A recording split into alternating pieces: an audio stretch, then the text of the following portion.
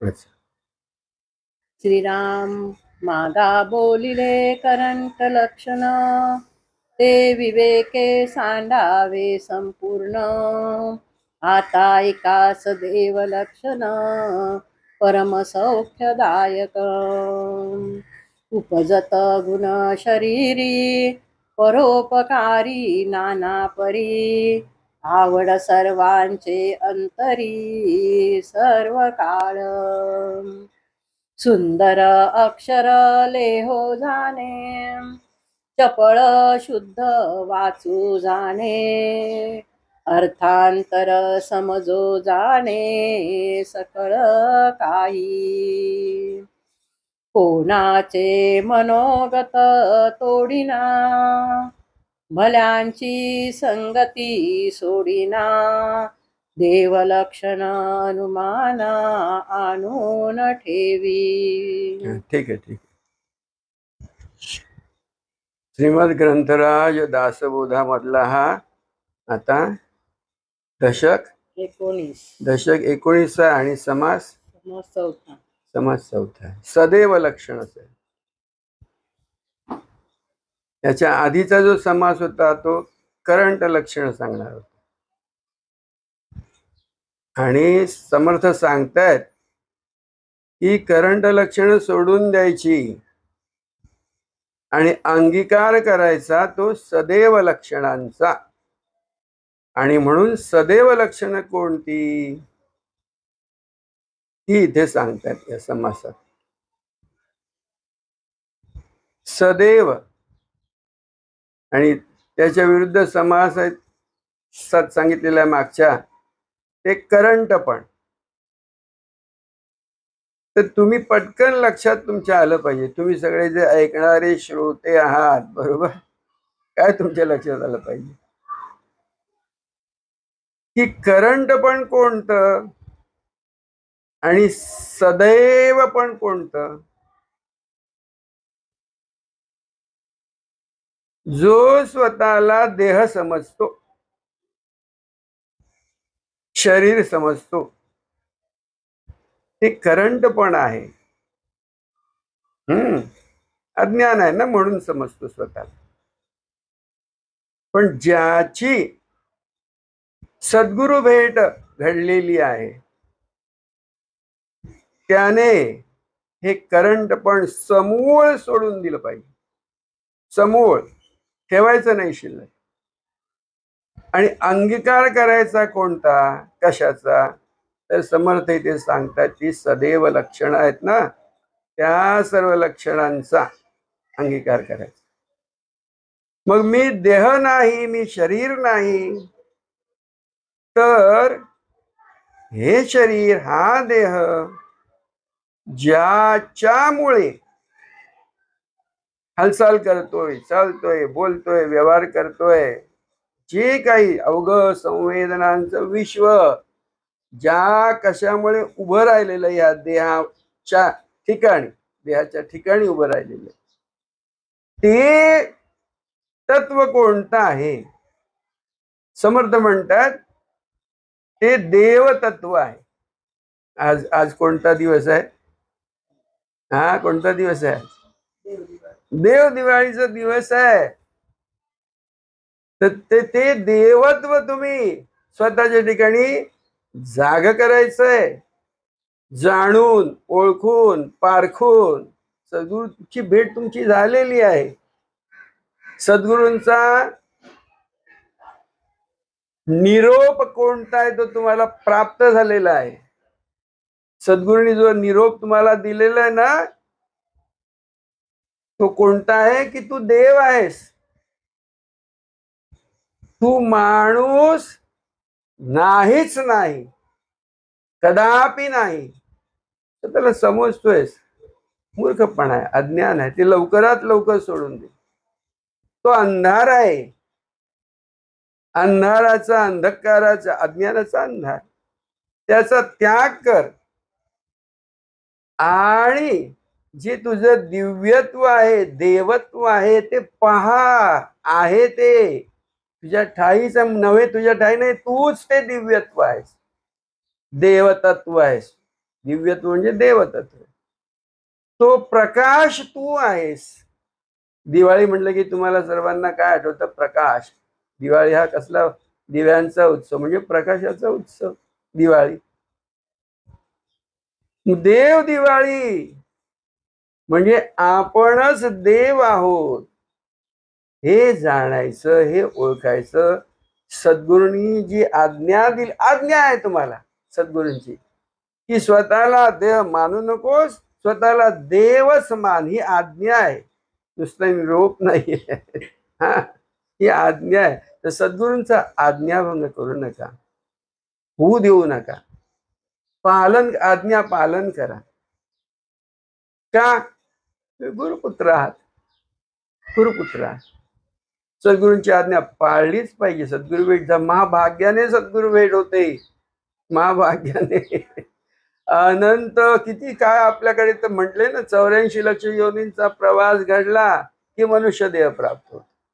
आणि मनुष्य देह प्राप्त झाला की आणखी काही पूर्व काय संचित असेल, काय असेल, चांगल्यात चांगलं जे काय असेल, शुद्धत्व तुमच्या ठिकाणी तसूभर जरी असलं तरी तुमची सद्गुरु भेट होते. आणि सद्गुरूंकडून ते शुद्ध ज्ञान तुम्हाला प्राप्त होतं. शुद्ध ज्ञान म्हणजे आत्मज्ञान. बाकीची ज्ञान आहे ती सोडा. शुद्ध ज्ञान कोणतं? आत्मज्ञान. आपण आहोत हे ज्ञान तुमच्याकडे आहे, पण आपण आहोत देहरूपाने स्वीकारलेलं आहे. त्याचा त्याग करून आपण आत्माच आहोत, आपण देवच आहोत, ते दिव्यत्वच आपण आहोत हे ठासून स्वतःच्या ठिकाणी स्वतःच स्वतःला बजावायचं, कारण की सद्गुरु आज्ञा आहे. आणि ते दिव्यत्व, त्याचा ध्यास घेतला की ते उघड होतं. जोपर्यंत त्या दिव्यत्वाचा तुम्ही ध्यास घेणार नाही तोपर्यंत ते झाकलेलंच राहणार. जे चुलीमध्ये बघा त्या शेगडी वगैरे तुम्ही पेटवतो, निखारा असतो, तसंच राहिला की त्याच्यावरती राख आहे ना, राख, आणि त्याच्यातला जो प्रकाश असतो तो नाहीसा होतो. कोणाला कळणार पण नाही की तिथे आहे काहीतरी खिणगी, स्फुल्लिंग. ती राख जर झटकली गेली फुंके मारून, की आतला प्रकाश, ते स्फुल्लिंग धगधगत, जसं आहे तसं लख्ख होणार. तर तुमचं काम तेच आहे. तुम्हाला नाममंत्र प्राप्त झालेला आहे, तर नामाची फुंकर मारा सतत. चुलीमध्ये गावाकडे आहे बघा, चुलीमध्ये तो अग्नी प्रज्वलित करण्यासाठी काय काय शब्द, काय ते फुंकणीच शब्द आहे. फुंकणीतून तो वारा फुंकर मारतात, फुंकर मारतात त्या निखाऱ्यावर. ती राख झटकली गेली की अग्नी प्रज्वलित होतो. ते तुम्ही करायचंय, तेच करायचंय. प्रदीप्त असं जे दिव्य स्वरूप आहे ते तुम्हाला उघड करायचंय, आत्मस्वरूप. तेव्हा दिवाळी ती साजरी होणार आहे, देव दिवाळी. ती देव दिवाळी. बघा गंमत काय आहे, आपल्याकडे दिवाळीचा सण आपण सगळे साजरा करतात, बरोबर. दिवाळी साजरी करतात, सगळे दिवे लावतात, कंदील लावतात, प्रकाशाचा उत्सव आहे म्हणून. मी तुम्हाला सांगतो, आता तुम्ही जे ऐकत आहात तुम्हाला सांगतो की ती तुमची दिवाळी नाही. 4 दिवसाची जी येते दिवाळी आणि जाते ना, विविध प्रकारचे गोड पक्वान्न पदार्थ करून तुम्ही खाता आणि नवे कपडे घालून मिरवता, अमकं तमकं सगळं तुम्ही करता. पण ते का तुमची नाही सांगतो तुम्हाला, का तुमची नाही? कारण हे सगळं जे काही करतं त्या घडतं तुमच्याकडून, ते आपण देह आहोत या भावनेतून घडतंय, या बुद्धीने घडतंय, या मनाने घडतंय. त्यामुळे ती तुमची दिवाळी होऊ शकतच नाही. तुम्ही कोण आहात? तुम्ही कोण आहात? कोण आहात? तुम्ही देव आहात, तुम्ही गुरुपुत्र आहात. त्या गुरुपुत्राची दिवाळी ही आजची दिवाळी आहे, हे विसरू नका. प्रत्येक गुरुपुत्राने आजची दिवाळी साजरी केली. बघा आजची दिवाळी जगात कोणाला माहित पण नाही, येते आणि जाते, कोणाला लक्षातही येत नाही. पण तुम्हा आम्हाला ते भाग्य प्राप्त झालेलं आहे आपल्या सद्गुरूंकडून. की ह्या देव दिवाळीचं महत्व त्यांनी आपल्याला शिकवलेलं आहे, सांगितलेलं आहे. हे देव दिवाळी विसरू आमचे महाराज देव दिवाळी त्या गोरेगावच्या मठामध्ये साजरी करायचे. त्यांचे सगळे गुरुबंधू रणजित महाराज सगळे सगळे गुरुबंधू एकत्र येऊन असे रांगेत बसलेले असायचे त्या चौथऱ्यावर सिद्धरामेश्वरांच्या समाधीच्या पुढे असे रांगेत बसून आणि एकामागून एक अशी निरूपण करायची. सकाळचे 3-3:30 वाजचे. ते सुरुवातीला आणि गोरेगावात दिवे घेऊन मेणबत्त्या घ्यायचे, कारण वाटेमध्ये तेल वगैरे सांडलं. मेणबत्त्या घेऊन असा तो प्रकाशाचा उत्सव मिरवणूक निघायची. लोकांना आश्चर्य वाटायचं, पाहायला गर्दी जमायची. देव दिवाळी साजरी व्हायची. नंतर मग पुढे बाणगंगेला सुरू झाली देव दिवाळी. आजही चालू आहे. बाणगंगेला देव दिवाळीचा उत्सव आजही करतात सगळे एकत्र जमून. सद्गुरूंनी ते शिकवण आम्हाला दिलेली आहे. तर देव दिवाळी तुम्ही साजरी करा, उत्साहाने साजरी करा, न विसरता साजरी करा. कारण आपल्या ठिकाणी जे सदैव लक्षण आहे ते सदैव लक्षण स्वतःला सांगायचं, ते लक्षण ओळखायचं आणि आपल्या ठाई निर्माण करायचंय. बघा त्याचे बरेच चांगले शब्द सुरुवातीला त्यांनी म्हटले. शुद्ध शब्द वारंवार आले सुरुवातीला. जे काही शुद्ध आहे त्याचा अंगीकार करा. ज्याच्यात भेसळ झालेली आहे देह मनाची ते सगळं सोडून द्या. आणि ज्याच्यामध्ये शुद्ध आहे, सत्व आहे, सार आहे, असार ते सोडून द्या. सारासार विचार करा म्हणतात ना, तर सार तेवढं घ्यायचंय. ह्या सर्वांमध्ये जे सत्व आहे ते आत्मसात करायचं. सर्वांमध्ये सत्व एकच आहे. हे सगळे जे काही पदार्थ तुमच्या दृष्टीला पडतात नानाविध प्रकारचे, त्या प्रत्येक पदार्थामध्ये, प्रत्येक वस्तुमात्रामध्ये सत्व, शुद्धता एकच आहे की ते आत्मतत्व आहे. म्हणून तो पदार्थ आहे. त्याच्यातही आत्मतत्व तुमचंच आणि त्या पदार्थातलं आत्मतत्व ते एकच आहे. प्राणी मात्रातलं म्हणा किंवा वस्तू मात्रातलं म्हणा. वस्तू मात्रामधलं सुद्धा ज्ञानेश्वरांची तुम्हाला माहिती आहे ऐकून कथा. भिंत सुद्धा चालवली त्यांनी. रेड्याच्या मुखातून वेद बोलवले त्यांनी. बरोबर आहे. त्या प्रल्हादाने सांगितलं ह्या काय तो खांब त्याच्यामध्ये पण माझा देव आहे म्हणून सांगितलं. कारण काय हो, आपल्या आत्मतत्वाचा त्यांनी एवढा विस्तार पाहिला की प्रत्येक ठिकाणी त्यांना आपलं आत्मतत्व दिसायला, म्हणजे देवतत्व दिसायला लागलं. ज्ञानेश्वरांना काय, तुकोबांना काय, नामदेवाला काय, आपल्या संतांनी ते पाहिलं. विठ्ठल तत्व पाहिलं सर्वत्र आणि तेच आत्मतत्व आहे. झाली दिवाळी, झाला आनंदोत्सव. तर हे जाणा, हे ओळखा आणि मग लाडू करंजा खा आजच्या दिवशी. आमच्याकडे आपण एक चांगली पद्धत आहे आमच्याकडे. ही जी दिवाळी मागे येऊन जाते ना, त्यावेळी आम्ही सगळे गोडा काय तुमचे लाडू वगैरे सगळे पदार्थ करतो. पण आम्ही करंजी हा पदार्थ करत नाही. कारण तुम्ही म्हणता ना, काय म्हणता, दिवाळीला करंजी पाहिजेच बाबा. पण आम्ही त्या दिवाळीला करंजी करतच नाही. करंजी आजच्या देव दिवाळीला आम्ही करतो. तर तुम्हाला आज जी करंजी मिळणार आहे ती दिवाळीची करंजी आज मिळणार आहे देव दिवाळीला. मागच्या दिवाळीला आमच्याकडे करंजी मिळणार नाही. तर आज खरी दिवाळी आहे, देव दिवाळी. तर हे आपण करतो, जाणतो, ते प्रत्यक्ष केलं पाहिजे. नाही तर मग उपयोग काय.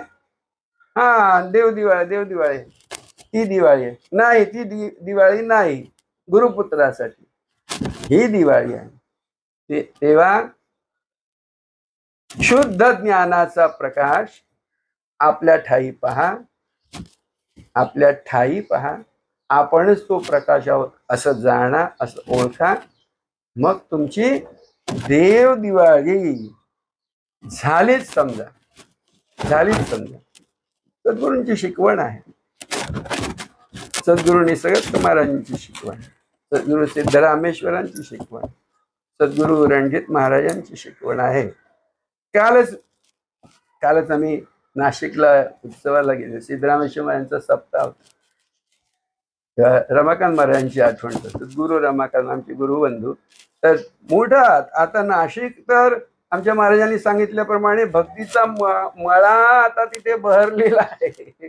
जेव्हा आमचे महाराज नाशिकला पहिल्यांदा गेले, कधी ते जगताप म्हणून त्यांच्या घरी गेले होते, शिष्य महाराजांचे शिष्य, नाशिकला गेले, त्यांच्या घरी राहिले काही 1-2 दिवस. सप्ताह वगैरे तिथे झाला.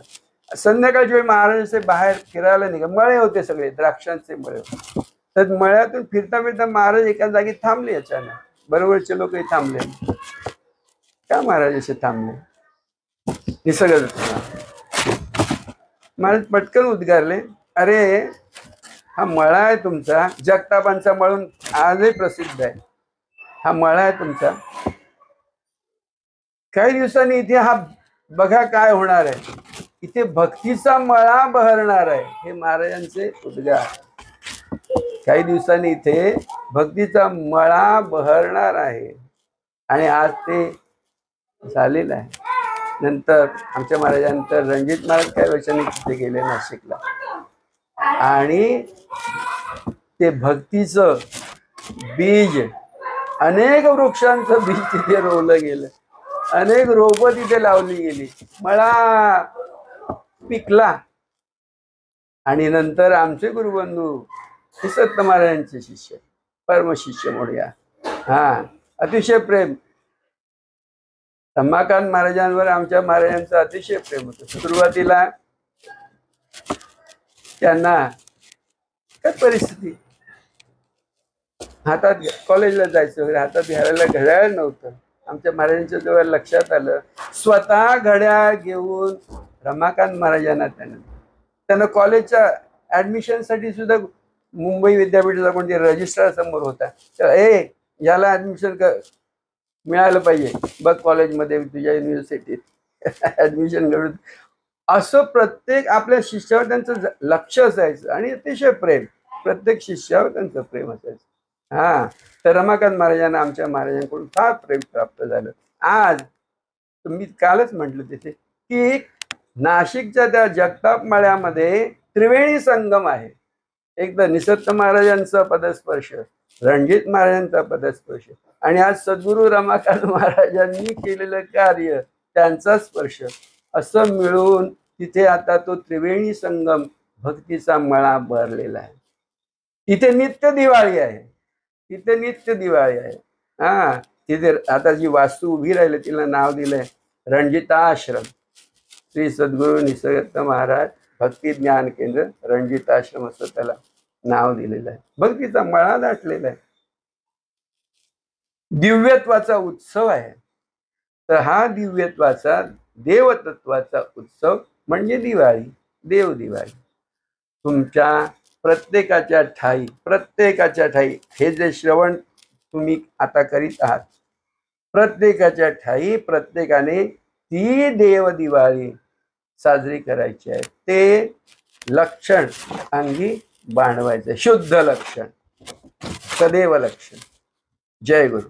राजाधिराज सद्गुरुनाथ निसर्गदत्त महाराज की जय. राजाधिराज सद्गुरुनाथ सिद्धरामेश्वर महाराज की जय.